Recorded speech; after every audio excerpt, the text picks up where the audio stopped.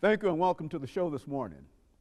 The topic this morning is the Metropolitan Action Commission, and we're fortunate to have with us to talk about the Metropolitan Action Commission the Executive Director of the Commission, Mr. Walter Hunt.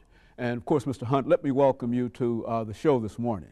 Thank you, Dr. Haney. I'm so pleased to be back to chat with you again. You know, I think it's a good time, Mr. Hunt, to talk about the Metropolitan Action Commission. I know that folks are familiar with it as an organization, but I hope this morning that we can give them some information relative to what you're involved in. But before we do that, let's talk about Walter Hunt. Let's have you to give us some information about your background, your education, and some of the things that were important in terms of eventually leading you to the executive directorship of the Metropolitan Action Commission, after which we'll talk about the commission and some of the other things that you believe to be important. Let's start off there. Be happy to. You know, I've had a career that has been just glorious. I started out at the as a paratrooper with the 101st Airborne Division right out of high school, and after that, of course, I came and matriculated at Tennessee State University, where I first met you, by the way.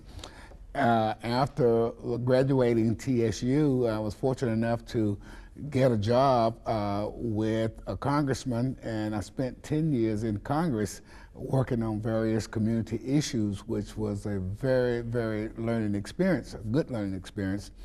And following that, I came back from Congress and I worked in the mayor's office for an opportunity for a short time.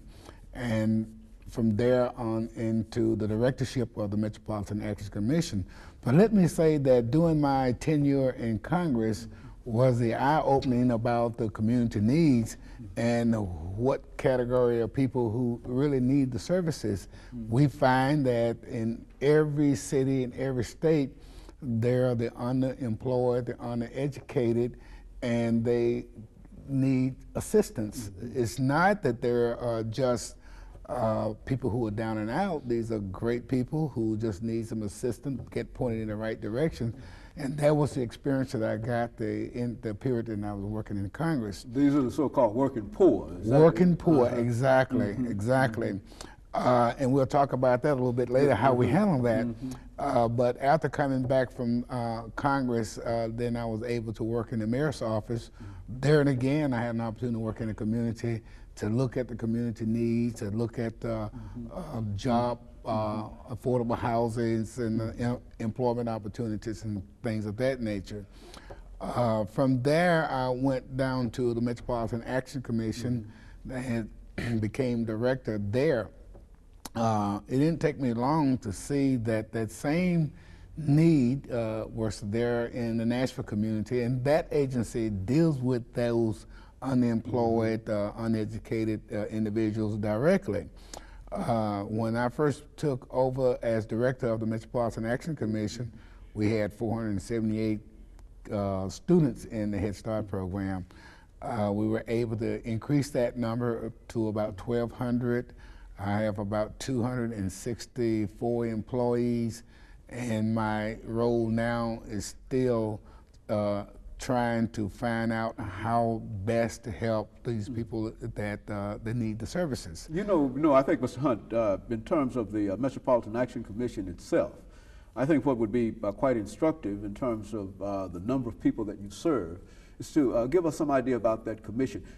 I know that Head Start and other programs that you've talked about on a number of occasions, I know that all of these are programs that came out of the 60s.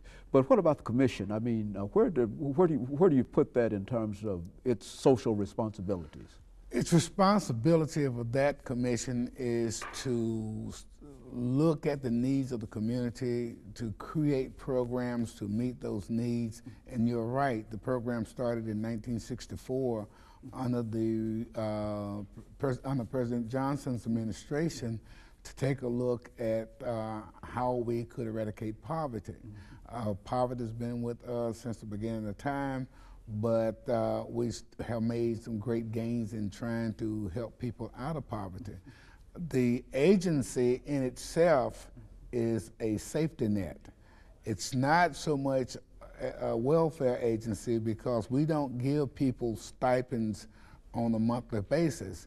we look at a program that an individual may want to participate in, and we will give them that assistance at that particular time, and that person cannot use that program again for a 12-month period. So it is a real assistance program. I mean, there's nothing permanent about the aid that you render. There's nothing permanent about it, and then we have various programs, but an individual can come in and use each program at least once the program year. This allows us to provide the service across the community rather than giving one family or one individual all of the services. But the most amazing thing about that program or the agency, anyone can qualify for assistance of that program because it tends to pick up where an individual left off. For instance, if an individual is working like 10 years, been working 10 years, and they, for no fault of their own, break a leg, get sick, or have family problems, and they lose a portion of income, if not all the income, then they can come in and get assistance for that for that program, even if they were making $50,000 a year before they got injured. You see, so it's a real safety net to kind of shoot the gaps, to keep a family or an individual going during that time of hardship. And so the Metropolitan Action Commission really serves a real need, but now is it supported primarily by the federal government or by the metropolitan government, or where does the majority of the monies come from that you use to operate this program? The majority of the funds of the Metropolitan Action Commission comes from the federal government. About 95–97% of the funds are provided by the federal government. They do have a clause in there in the Head Start program where the city has to match it by 25% on the dollar. So that's what we call local dollars. And we're getting toward that full match, hopefully under this administration. It has not happened in the past. So therefore, it's been a very limited program in terms of what we can do administratively and in terms of the operating budget. But when we get the full budget in there, I think we'll be able to provide even more services. And so there's a possibility of you being able to increase what you're doing in terms of reaching out and touching those, the so-called working poor, now with some of the new developments. Is that what you're saying? Absolutely. You see, what has happened, like I said, we have grown since 1988 by 70–75%. However, the operating budget has not kept up that pace because we've not been able to get the local dollars. I think we have a commitment under this administration to get those local dollars, so therefore, you're right, we'll be able to buy more supplies for the students, provide more services for the needy, assist more senior citizens, and expand the program overall. You know, I think one of the most important elements in the Metropolitan Action Commission has to be Head Start. And of course, we have only a minute before our first commercial break here, Mr. Hunt, and I don't want to raise any questions dealing with that and then have to interrupt you. But really what I think we'd like to do today in dealing with Head Start is to talk about some of your experiences and some of the things that you found dealing with the education of young children. That is to, you know, you've been involved in this a long time in Head Start, and you've been involved with Head Start and et cetera. Perhaps by the end of this show, we can at least leave with some impression in reference to what we have to do in order to educate our young children, and some of the things that you have seen that we need to do, or some of the things that we shouldn't do, and let's do it from that perspective. I think that with all of your experiences in Head Start and with the program and et cetera, we should be able to do that, and we'll do that when we come back during this second segment. And of course, we'll be back with you following this short commercial break.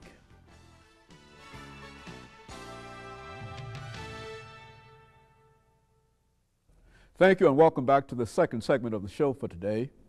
The topic is the Metropolitan Action Commission, and we're talking to the Executive Director of the Metropolitan Action Commission, Mr. Walter Hunt. And of course, Mr. Hunt, before we had our first commercial break, I think we sort of promised that we would give you an opportunity during the second segment to talk about education within the frameworks of the Metropolitan Action Commission. And so let's do that. Let's have you to talk about it from whatever perspective you wish to use. Well, I think the Head Start program is the most important program that we've ever experienced. It's the only program that I recall surviving both parties, Republicans and Democrats in Congress, and the program has really grown. We, across the state of Tennessee, have served about 1 million students since the program was created. Just across Tennessee. We've done probably about 750,000 right here in Nashville alone. But let me say, first of all, how important this program is, because about 3 years ago, there were no mandatory kindergarten laws in the state of Tennessee. So therefore, the undereducated, some young poor kids did not have an opportunity to go to preschools because they couldn't afford it. So they were sitting at home, for the most part, waiting until they become of age to enter the first grade. By that time, they was 2 years behind.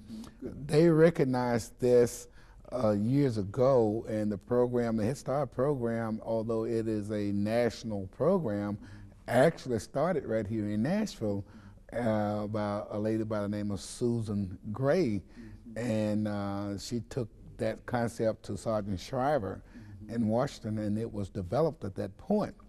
But since that time, the program, as I said, has grown tremendously.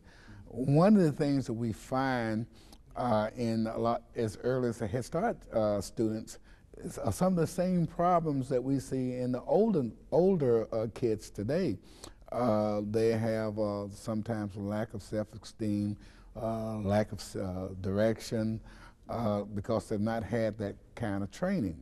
So when we look at the students that we have put through the Head Start program, they tend to do better in school. They are more adept to learning.